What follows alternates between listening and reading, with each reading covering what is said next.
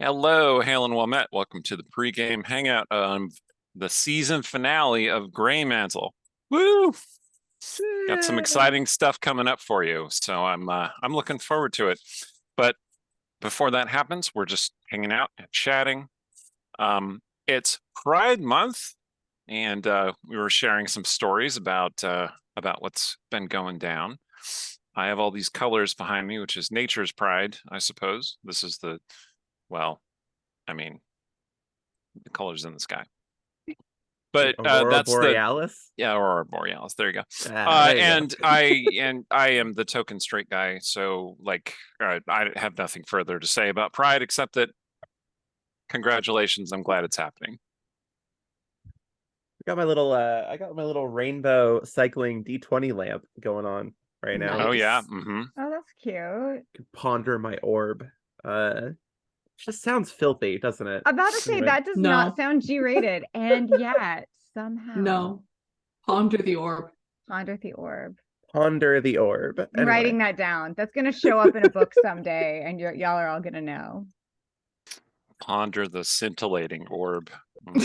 Now that sounds not That sounds G-rated. worse. Mhm. That sounds worse. Mhm. Yeah, I mean it is Pride Month, so hey, I am a nobody else has to say what they are. We're not You pushing don't have people to do that. No. But I'm gonna do it anyway. All right, cool. Damn it. Yeah. No, I make no I don't hide that I'm a trans woman. Very fairly, I don't know. I'm still figuring out the rest of that identity. I'm fairly sapphic leaning, though. I've found about myself.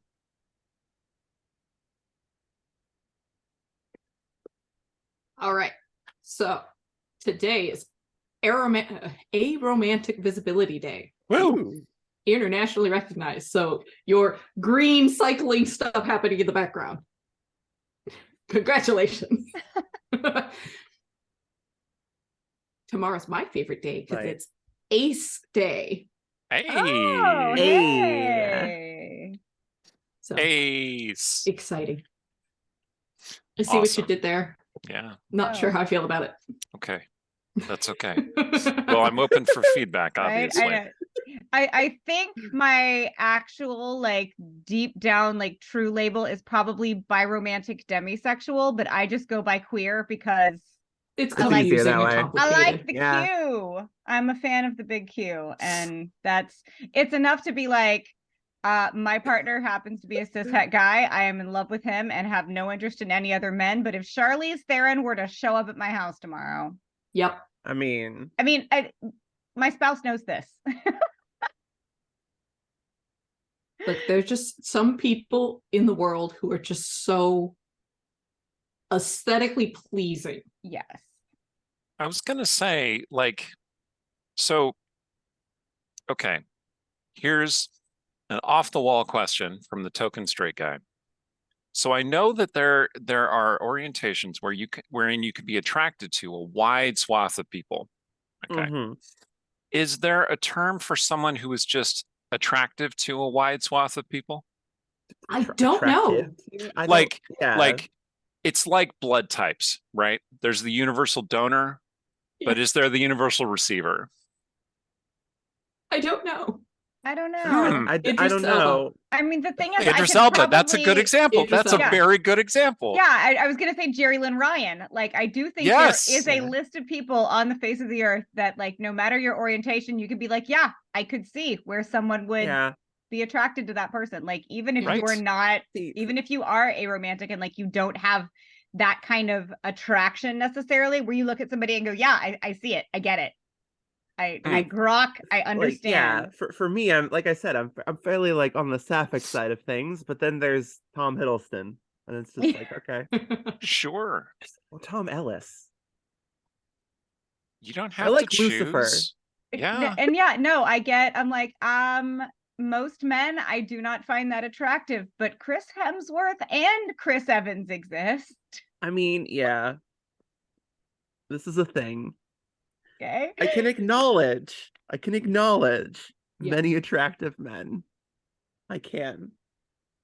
So since we brought up the Chris's, Uh-oh.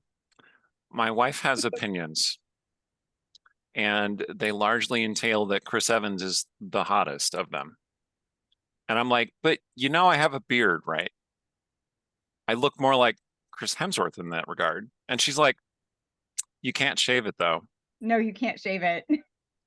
I'm with her on that. And then the additional part is that when we see movies where Chris Evans does have a beard, she's like, why does he have a beard? Because he has a beard. I don't want him to have a beard. Yeah, I think he looks okay with a beard. I don't get it when people are like, he can't have a beard ever. It's like, no, he looks just fine with a beard. He does. I'm sitting there like, you're sending me mixed signals, darling. I don't. Okay. I think the truth. You know what? I'm not going to get into that. It's fine. It's fine. No, I usually shave. I get down to clean shaven once a year because once a year my wife heads off on some international rescue quest because she's lawful good in a very strong way. This year it was earthquake relief in Turkey.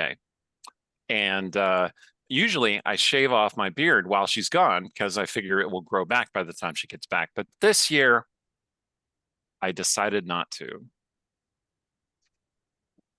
I like to think that it was my own independent choice, but maybe she's just domesticated me a little bit more.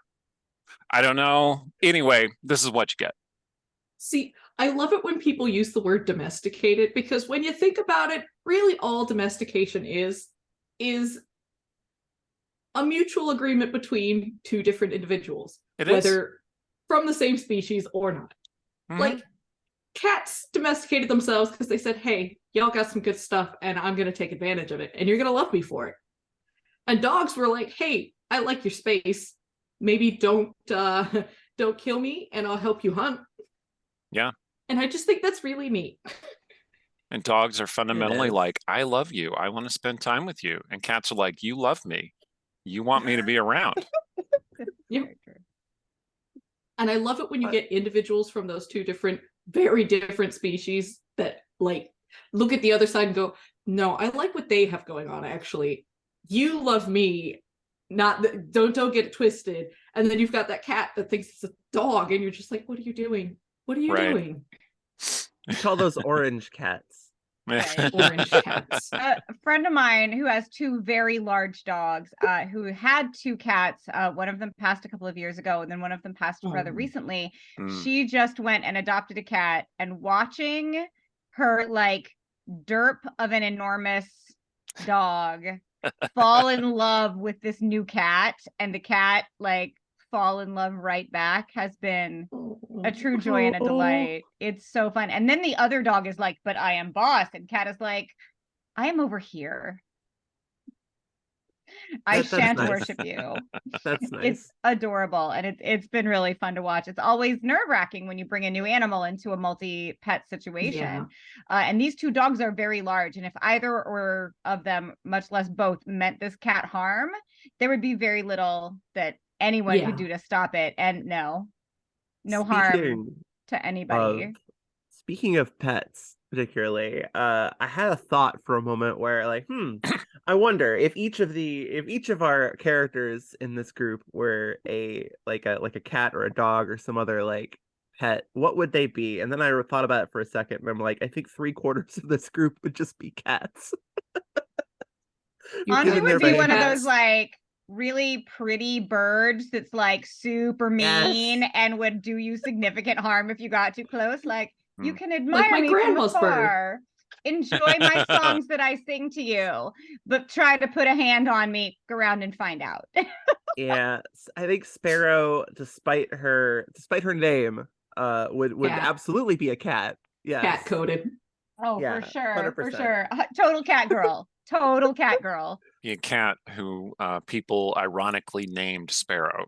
Yeah. Yes. Mm-hmm. Because like she pounced on one day and like played with it until it froze in terror. That got dark. So, fancy bird that has it out for everybody. Cat with a bird that pretends. Yeah, the cat that pretends not to love anybody, but actually loves everybody way too much but like the very tsundere cat. She's a very If- tsundere cat. If Ori is a cat, Ori is that stray cat that like was very, very beloved amongst a certain group, and then has joined our group instead because that group was not as great as previously thought. Brain went a direction with that, and mouth didn't keep up. So that's what that was. It's totally fine.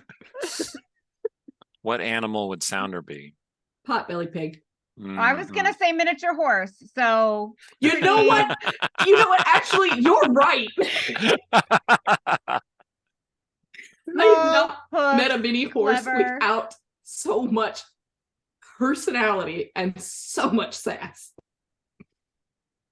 Yeah, they miniature horses know what they are, and they revel in their Agents of sassiness. chaos. Yes.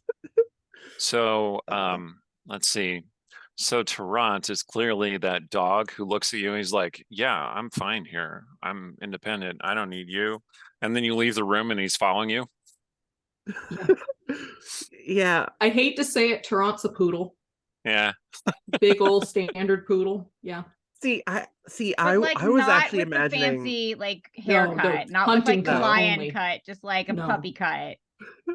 Not even I the was- puppy cut. That's too cute. Just A whole straight adult on. dog in Yeah. a puppy cut, just like yeah.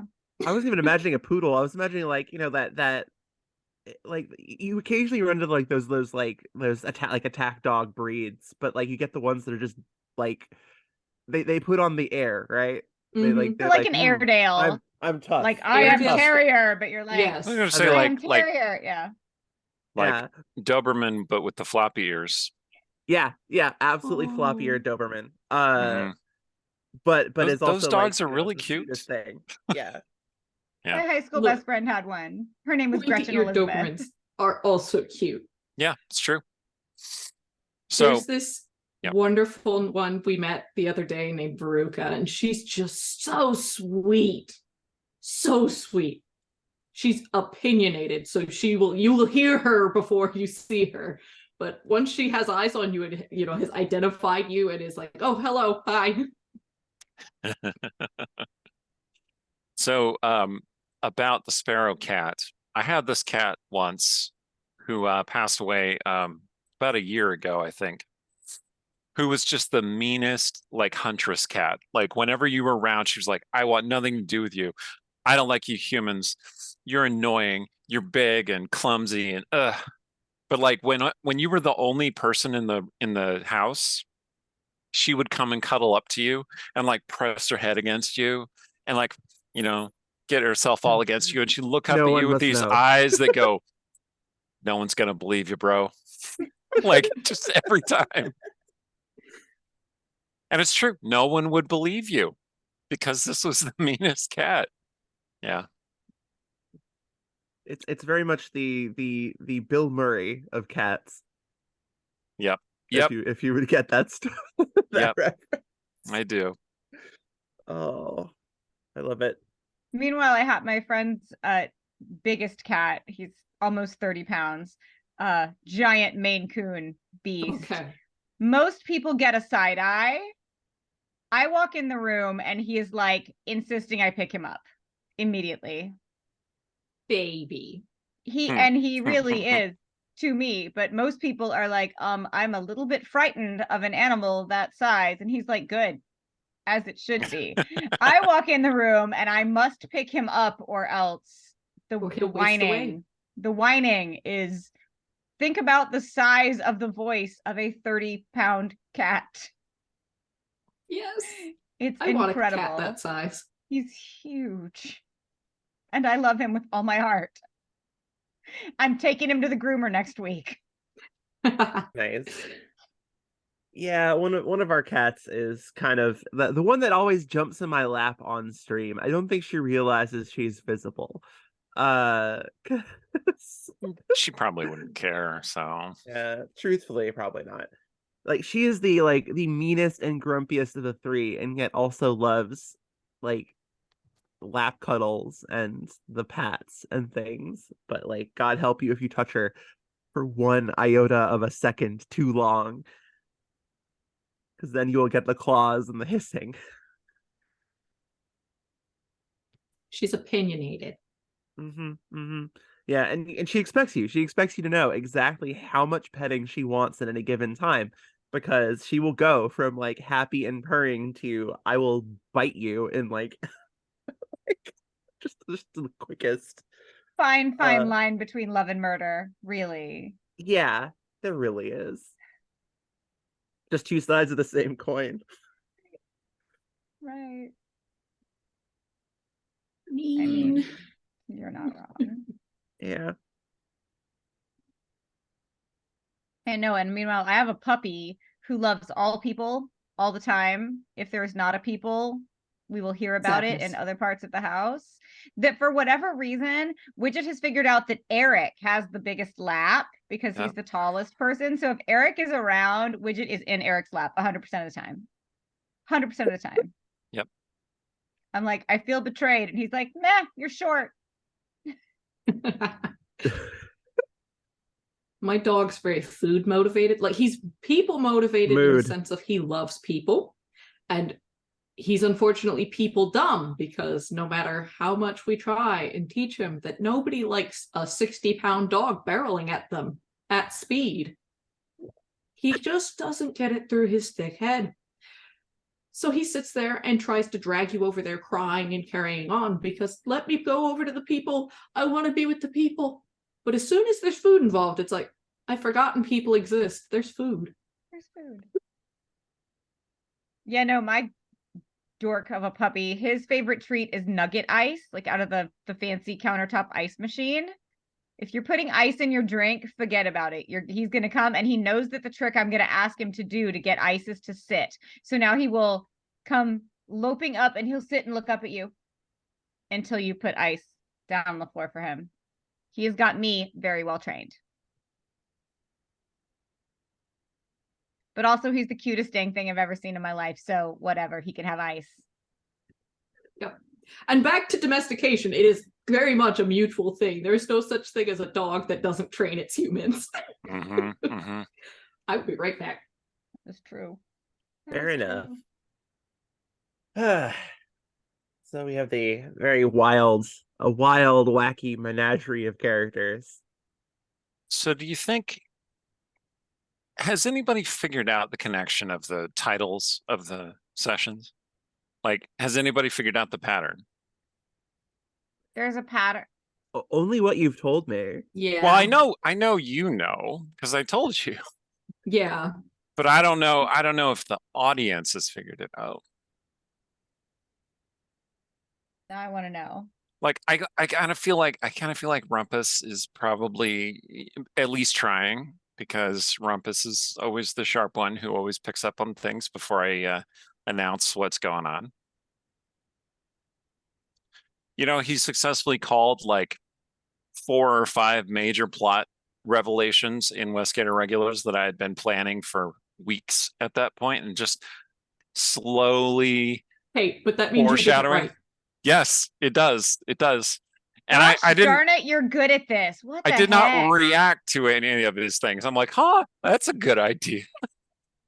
But like, you'll just have to take my word for it that I was planning to do those things, and he saw the connections. So anyway, Yeah, good at that.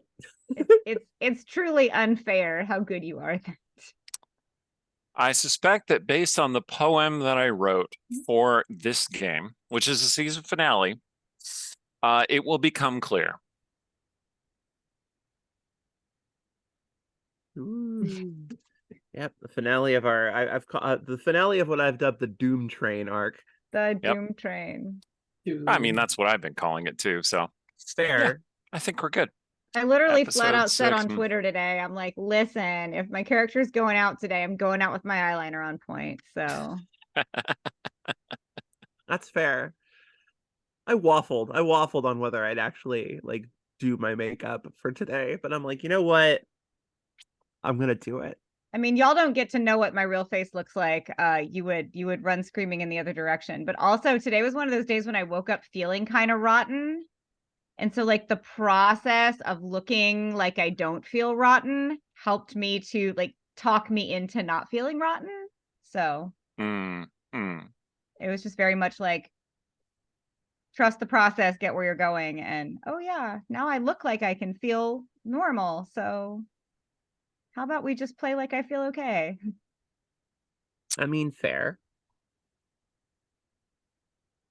But also, if I were to come on the stream without at least like full underpaint, y'all would be like, who is that?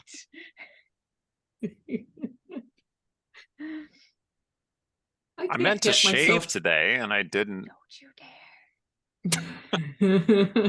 I can't get myself to wear makeup. It just, every time I try to put it on, it's like, this is fun for like 10 minutes. And then I'm like, this, it's not that it itches. It doesn't literally itch, but like, I'm aware that there is something on my face and it bothers me. Fair, I get that. I don't experience that quite myself, though sometimes it's just like, especially when I do my eye makeup, it's like, oh, now my eyes itch. Now and only now do my eyes itch. And I want to rub them, but I can't because that would ruin everything. Yep. And I don't like putting on sunscreen. Sunscreen's hard to put on. Well, if you have the aerosol sunscreen, it's really easy to put on. No. I mean hard in the sense of like, for me, like texturally hard. Yeah. It's one of those things where it's like, I can't, it's slimy, I don't want it. Yeah, that's kind of how I feel about it too. I have mineral the powder wife's like, sunscreen now because you could just get skin cancer, or you could spend 20 seconds putting on sunscreen every day. And I'm like, why are you thinking about it, Eric? I'm like, So the mineral powder stuff, how does that work? So the stuff I got there, I actually have two iterations of it. One is very inexpensive and one is the exact opposite of that. It's just, it comes with a little brush that's kind of like this and a reservoir of mineral powder sunscreen, and you just put it on your face. And it works quite nicely, which is good. My problem is that I perspire a lot. And if I put on creamy or aerosol sunscreen and then I go out where it's warm, it will in fact end up in my eyes. Yeah, that's the other problem. It's slimy and then it's in my eyes and you know what's really not safe? Or in my mouth, and it's like, ugh. Trying to be at the helm of a 6,000-foot sailboat, a 6,000-pound sailboat with 30 feet of LOA when you can't see. Yeah. So I do everything I can to not get sunscreen in my eyes while also not getting my face so burnt it hurts to lay on my pillow. Skin cancer, schmin cancer, that's a problem for later, Manda. But sleeping each night without too much sunburn, like that would keep me awake, is a present enough problem that I try to mitigate it. The dog's outside my door. I'm like, you don't want to come in here. It's so boring in here. Oh, like, it's so exciting for me, but it's boring for you. But that's how I feel whenever my dog insists on coming in here. He just gives you the puppy eyes, like, well, when are we going out of this room? Are we going now? And then he huffs, pouts, and curls up on his bed, and it's like, I'm going to be here for a couple hours, dude. That's what my dog will do. She will lie down, she'll take a nap, and then she'll start farting. And I'm like, you're going to hotbox me in my office. Don't do this. That's not okay. Not okay. I'm like, you have that big couch and you have a brand new TV. You could put on Animal Planet on mute and let her watch television. This couch is only big if you're really small. Okay, listen, I think it's a really enormous couch. Okay. Listen, I'm 5'2", okay? Yeah. Fair enough. All right, so it's I was born this way. Almost. Just about time to go to our commercial. Any last 30-second thoughts? Head empty, no thoughts? I'm sorry. I'm still caught up on 5'2".